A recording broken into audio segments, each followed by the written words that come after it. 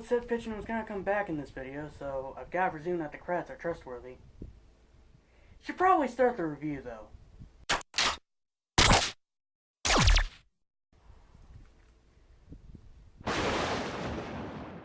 Hello, my friends, and welcome to my first Bionicle-related content on this channel. Only took me about a year to get to it, but it was worth the wait, I think. If you're watching this review, you likely know about Bionicle and the various storylines contained within the timeline, so we're just going to focus on the story at hand, Maze of Shadows. Not to be confused with Web of Shadows, of course, because the names are just so different. To start with, let's talk about the story of this game and the book, as they do tell the same basic story. First thing you need to do is throw out the first 5 chapters of the book. Those are not adapted at all in this game. The game starts literally at the beginning of chapter 6, and the game's version of events just simplified from what happens in that chapter and the beginning of the next. The bulk of the game could be considered what happens in that quick bit on page 95 where they just kind of mention that they fought a lot of monsters on the way to Makuto's lair, and the ending is also pretty simplified from the book, since the game skips that bit about the energized protodermis thing mutating a bunch of small Rahi into giant monsters. A segment that, might I add, features Nokama putting one of her tools around a giant insect's neck and flying it around the room, and just goes straight into mutating pillars to do his dirty work. The dialogue in this segment is actually pretty similar between the both of them, though. If I were to put this game into canon, I'd say that the parts in between them retrieving the Black Vial and them finding Makuto's lair are mostly canon, but there's a hiccup or two in there. You see, while they do find Sleeping Belrock beneath Montanui, I don't think they'd fight them like you do in this game because of that encounter. And due to them skipping the first 5 chapters, Nuju has to explain the nature of energized protodermis for a second time in the story, to one of the Toa who was there the first time. In fact, the reason he explained it was because Renewal was about to touch it like an idiot. Whoops. Alright, you guys who have only taken a basic course through Bionicle canon could probably use a small basis for the story, so here's my synopsis of the game's version of the story.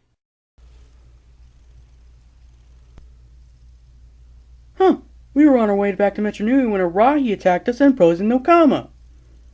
Well, let's be going on our way then. Don't want to keep those Matoran waiting, if you know what I mean. I do not agree with that. I'm the plant monster that the other plant monster wishes it could be.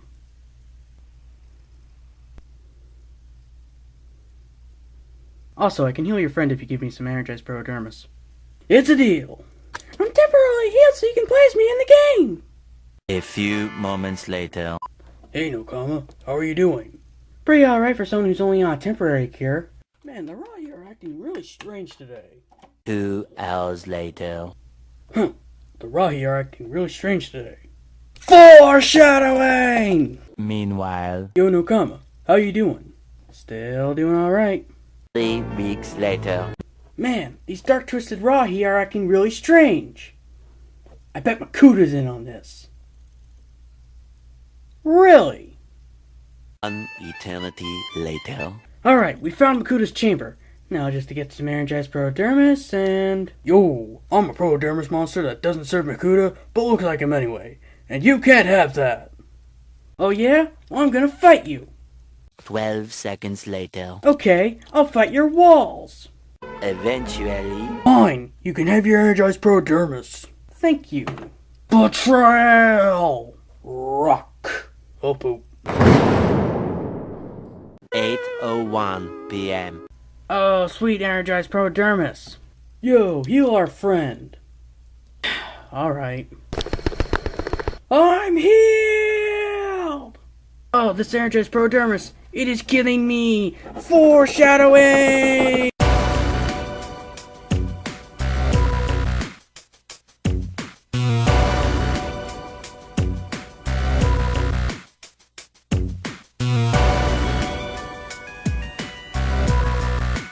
Before we end the story segment of our review, I should note something odd about the cutscenes. You see, you can't press the A button to move the dialogue faster during these. Oh sure, you can press the B button to pause, but if you press A, you skip the cutscene entirely. Which is rather annoying when your brain has been basically trained to press A to move it forward, so I keep on accidentally skipping cutscenes.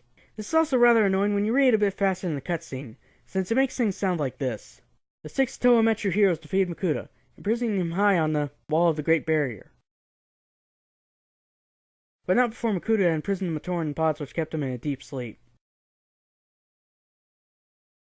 After their battle with Makuta and their flight from Metronui, the Toa Metru find themselves trapped on the island of Montanui. You see what I mean here? But enough about the story, let's get into the gameplay.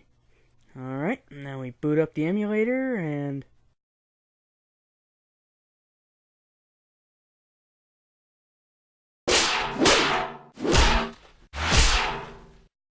Okay, joking aside, I do have to apologize for my first bad gameplay footage here. I was very new to OBS when I recorded it, and I made the entire video shifted to the left like an idiot. But hey, at least I actually grabbed an emulator this time.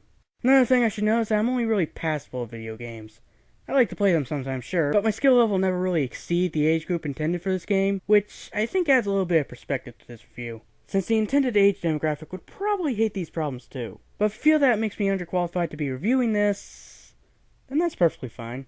After all, there's nothing stopping you from giving your 2 cents on things like this. Oh yeah, and I got the cutscenes from this guy. Sorry, but I really didn't want to grind a bunch for a mostly irrelevant part of the game. Don't worry, I finished this game on the cartridge, so I know what to expect. Anyway, the main gameplay. How would I describe it?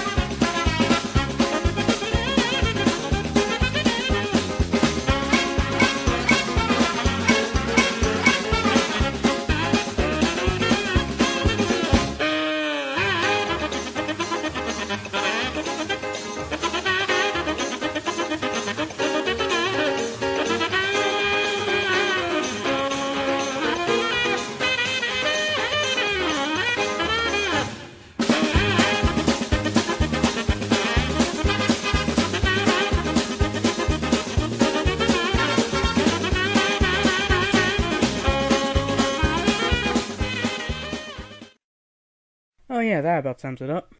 Well, I guess if you want some detail on it, the main story gameplay just involves a lot of walking around, battling enemies, and solving puzzles. The puzzles usually involve some of the Toa's individual abilities, and while some are genuinely good bits of brain work, others are just do the thing.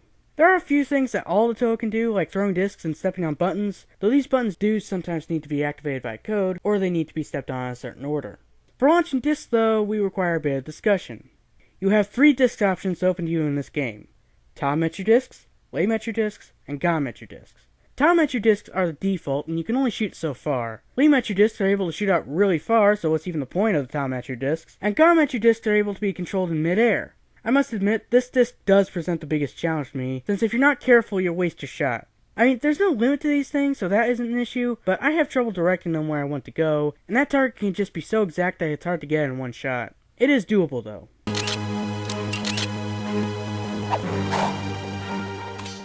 First try.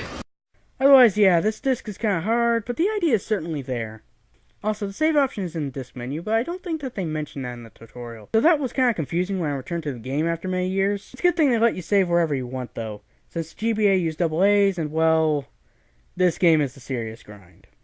That is to say, the exploration portions of the game are mainly a lot of walking around and solving puzzles until you get to the next map. Now, the game does involve a lot of RPG elements, so that's fine to a degree, but there are a lot of things slowing down the experience. For example, sometimes you'll press a button and have it say, somewhere a door opened. What door opened? Where did it open? Did it open nearby or a billion miles away? Gotta at least get a general direction? North, south, east, west, where is this door? This decision isn't even all the way incompetent though, since sometimes you are shown where the door is, and other times you can just easily guess it. Most of the time, though, you just end up wandering around the map checking all the doors trying to get to the next section of the level. I believe that the issue lies in the fact that the maps tend to blend in with themselves with no real landmarks to tell you where you are. So some sort of compass or arrow will really come in handy. Ambush? Tree, how you do? Oh wait, this is another thing that slows down the gameplay. The battles. Now, don't get me wrong, a little bit of creature battling in an RPG is perfectly fine, but these battles just tend to drag over time. The basic system is creature does an attack, then you do an attack, and it goes on until everyone on one side is dead. Pretty basic and okay, but I'd much prefer a system where I can dodge and attack myself versus just having zero control over my fate. If I'm gonna lose my precious health, at least let me try my best to avoid it, you know what I mean?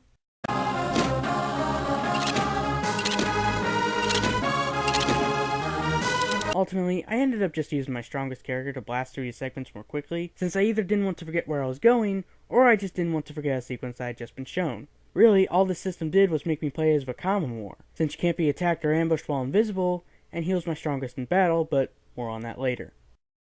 Alright, how about we talk about the really weird item system in this game? Namely, that there is no item shop.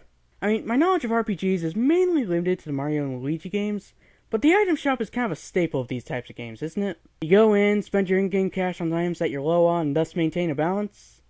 But no, this game only has two ways of gaining items: gathering them in the open world, and getting them at the end of a battle. Neither of these systems make up for the lack of an item shop, though. Gathering them in the world is kinda rare, since most of what I am given are not the proper items, even though they look exactly the same as the items I want to gather. Now, this may not seem like such a big deal to some of you pro RPG players in my audience, if you exist. I mean, logically, I should be thankful that I at least get an item to use, even if it's not the exact one that I want. And normally you would be right, but there's a massive problem with that in this game. I can't pick up those items. Yeah, the game limits how much of each item you can grab. And look, I know that some RPGs do have limits on how many items you can have, but if they're expecting you to live off the land, as it were, you shouldn't be punished for not having access to a certain item that'll really come in handy. And getting items at the end of a battle doesn't really help much either, since they tend to be kinda stingy with giving out items. You guys removed an important part of getting items in an RPG, and didn't compensate for it properly. This is the video game equivalent of a trunkless Superman costume. At the very least, there is one positive. Every now and again, you'll encounter these glowing towers. If you walk up to them, they'll fully restore your items, discs, and Toa. So you're not entirely up the river without a paddle with the item system in this game. Alright, let's talk about the Toa and their individual contributions to gameplay. We'll start with Mattel since he's the first useful player in the game. In the exploration sections, he adds in the ability to jump over larger gaps than any of the other Toa. Now, you don't need him to jump over every gap, and it's sometimes hard to judge whether or not he'll be needed, but it only takes a few seconds to find out, so it's fine. He can also slice tiny green electric poles with his arrow slicers, so that's neat. Oddly, he's the only Toa who doesn't use his mask power as a secondary ability in these sections. But I suppose any advantages the Mahiki would offer in gameplay, based off how we see him use it in canon at least, are basically covered by the Huna, so they did what they could.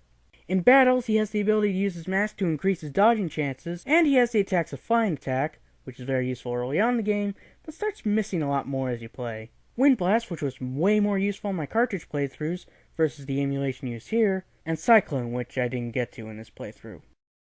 Additionally, Mattel is the star of his own minigame, the Tunnel Fight Challenge. The basic point of this game is just to outrace the dragon pursuing you. It's kind of chaotic and annoying, but my best advice is just follow the edges as best you can with your eye, and hope for the best. Next up is Renewal. Special abilities in the exploration bits are using his Earthshock drills to smash through things, and using his Ruru to explore dark areas. So decent amount of usability there. In battle, he can use his mask to increase his chance of critical hits, not sure how that works, but alright. And his attacks are Sonic Drill, which I find to be severely underpowered in this playthrough, despite my best efforts. Mudslide, which was always terrible as an attack, and Tunnel, which was never terrible as an attack. I think he also gets an Earthquake ability later on, but again, didn't get that far in this footage. Moving on to Onawa now, exploration abilities are climbing walls and jumping over random little walls with his proto-pythons, try saying that 5 times fast, and using his command to control creatures so he can flip otherwise inaccessible switches. You can't get items with them though. Gotta admit, I did mainly use this ability to avoid unnecessary battles. Heh, suckers. Speaking of battles, his abilities include using his mask to make creatures either fall asleep or get dazed. He can also throw a rock, cause a rock slide, and he can eventually make a rock wall, which is basically just a reskin of Nokama's first attack. All of these attacks vary in effectiveness, by the way. And hey, since we just mentioned her, why don't we talk about Nokama? Well, she can translate these metal plates in the game to get door codes and sequences, and she can ski over water. Oh, I can't get past these rocks? Gotta jump? Okay. What? Oh, now I can get past those rocks? Anyway, she's pretty useful outside of battle, but in battle she is terrible. Her Rao is supposed to have the same effect as Onawa's mask, but she misses so often that what's even the point of using it? Her attacks aren't much better. She has a wall of water as her first main attack, which basically does nothing. She later on gets an actual attack in the air slice, which I don't understand the total of water having, but whatever. The biggest problem though is that she's got terrible aim in both of my copies of this game. I try and give her plenty of playtime, but ultimately she just ends up being a meat shield for when I don't want a better character to get killed. Just kind of a waste of my second favorite Toa Metri, you know?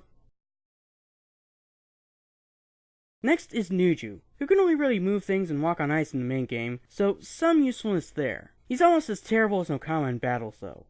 Oh, lift the enemy into the air and drop him with your mask? Oftentimes I miss from the word go. Freeze ray? Oh, well, okay, that works sometimes, but it rarely did much for me in either version. Cold Snap is basically just as useful as Mudslide, and Blizzard is kinda useful, I guess, but he always ends up being the second most useless Toa in the game for me. We'll address this later. For now, though, let me introduce you to our last Toa, the Ultimate Champion, the Toa with such complex character development that this guy somehow missed the point entirely. The Toa who carried the entire game, the one, the only, Wakamo.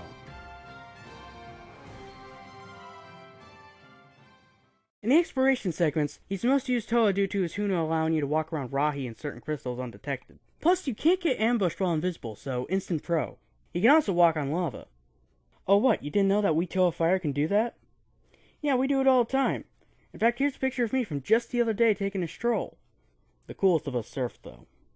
Anyway, in battle, Wakamo can raise his dodge chance with his mask, and he has the attacks of Power Shot, which will usually wear off before you can even use it. Heat Wave, which you have to have by level 4 because of these leeches who can steal your health. Molten Floor, which again is just useful as Mudslide. And lastly, Fireball, which is the most awesome of attacks. Just wish I could get it down. Hadouken! And yeah, once you get the Heat Wave attack, Wakamo basically becomes the best character in the game. Any balance you might have hoped for with the characters is basically squashed at this point. But to be fair, that is partially my fault. You see, the game wants you to constantly switch out your Toa Metru in battle so everybody gets some XP. But as I said before, I'd oftentimes just use Wakamo to blast through battles to get back to what I was doing before. I did try to cheat the system a little bit by just heat waving the enemy with Wakamo, then switching to other characters so they could get XP, but that was barely effective for me, and I highly doubt any children playing this game would be trying that strategy. So yeah, I messed up here, but the developers made it easy to mess up. It wouldn't have been really hard to fix this though. There's a battle mode in the main menu that is actually a lot of fun. Your item levels and character stats are the same as when you're in the story mode when you play, so that would be a good way to boost some of your less used characters, and get bonus items. But no, even though you can get items and level up in this mode, it does not affect the main game. I legit tested this. I went into battle mode with a level 5 Nuju, got him up to level 6, even got him a new ability, exited battle mode, entered a battle in story mode, and nope, back to level 5. I mean, I guess this could be used to boost characters to terribly high degrees, but come on, man. Oh yeah, and there's a disc attack in battle mode that all the Toa can use, but the freeze discs are the only ones that really equal anything other than a cheap hit. Even teleport discs don't work that well. Really all I can say on that. One more element to this game that I need to talk about is the music and sound design. The sound effects are okay, nothing overly wrong with them per se, but I can't think of any one of them that stands out above the rest. The music is pretty good though, and really adds to the enjoyment of this game. I would have gone insane walking around the map without the music, and the music for the battles is at just the right level of hype. Take a quick listen.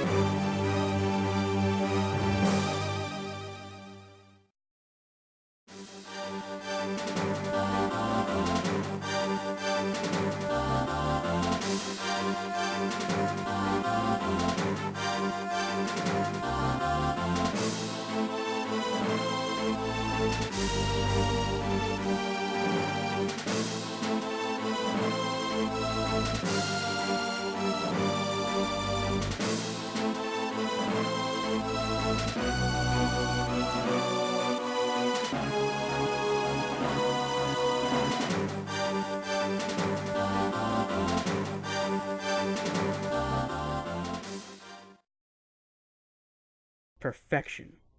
By GBA levels, at least. The graphics are kind of a mixed bag, though. The Toe and Rahi look pretty good, even if the Toe do kind of look like they were stretched out in paint while in battle. Believe me, I have experience with that. I know what it looks like. The environments are also pretty detailed and distinct from each other, but they aren't distinct from themselves, as mentioned before. A lot can look the same within a level, so that makes trying to remember where all the doors are kind of a pain. So overall, what is my verdict on this game? Well, it's half good and half bad. There is no shortage of good ideas for a Bionicle RPG in here, but a lot of them are seriously hampered by poor execution.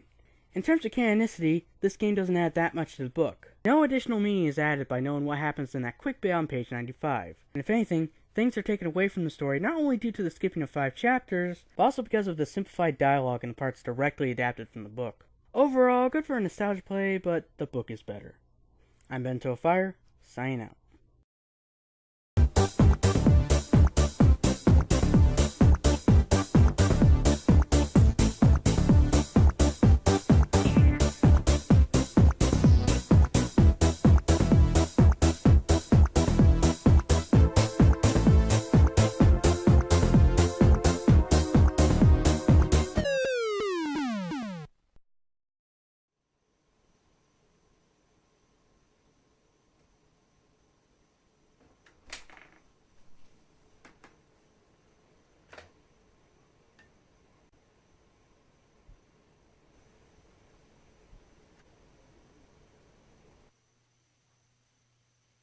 So where have you been?